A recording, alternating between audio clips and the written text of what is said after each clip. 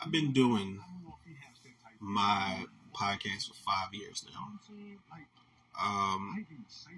And I've covered whether review, whether commentary. I've covered a lot of shitty movies. I've even got shit show edition commentaries: House of the Dead, Halloween Resurrection, Jason Takes Manhattan. And even through those shitty movies, there's small pockets of things that I give credit to, where need be. I give the credit where it's due. I think that this is one of the two lowest rated films I've ever covered on the show. I did commentary for this. First time watching it yesterday. Did commentary for this. I've been doing all these Christmas commentaries, trying to get into the holiday spirit. This shit almost broke me, man. This is another movie. The last movie that almost broke me, or actually did break me, was The First Omen. And that was just in, as far as movies like that are concerned. This almost broke me in the sense that I almost stopped recording multiple times. I even paused, went outside to do some shit, and returned to the commentary. I was like, fuck, man, I don't want to come back here. I closed my eyes at some point and got a little quiet while I was recording, and I almost fell asleep. And I was like, damn, man, I almost fell asleep. I wanted to be doing anything other than watching this movie while I was watching this movie. This is one of the worst fucking horror movies I've ever seen.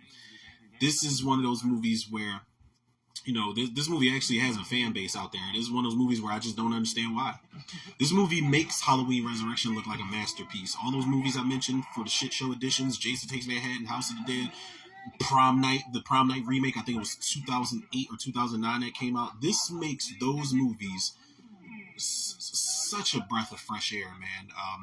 I can watch those movies and just be like, you know what? That movie has something going for it, even through the midst of all the bullshit. This is like, I know the Silent Night, Deadly Night franchise is not a top tier series at all, man. But like, come on, man. The first one's okay. The first one's all right. Like, I can appreciate it for a holiday slasher movie. Pre Terrifier 3 and Black Christmas came out first, but Silent Night, Deadly Night, the first one, it's okay. I'm not crazy about it, but it's all right. I did not see this one until yesterday. The third one I saw for the first time in 2020. The third one is awful.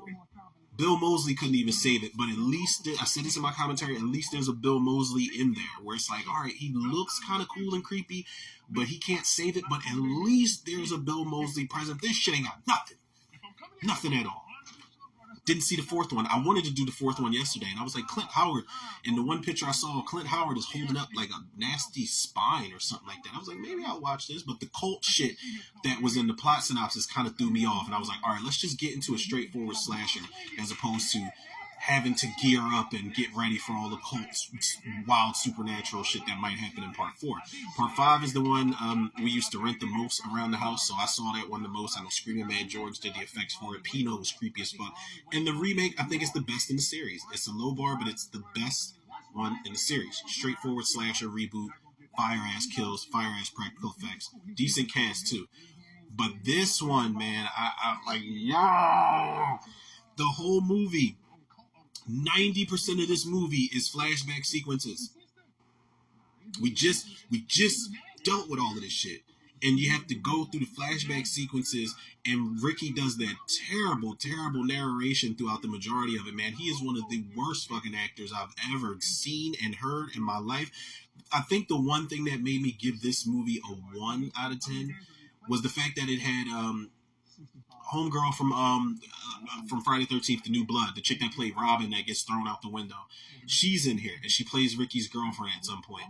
And then, they could have did some cool shit with Ricky's PTSD, with how him, just like his brother, he's triggered by, nuns and Santa Claus and all this Christmas paraphernalia type of shit.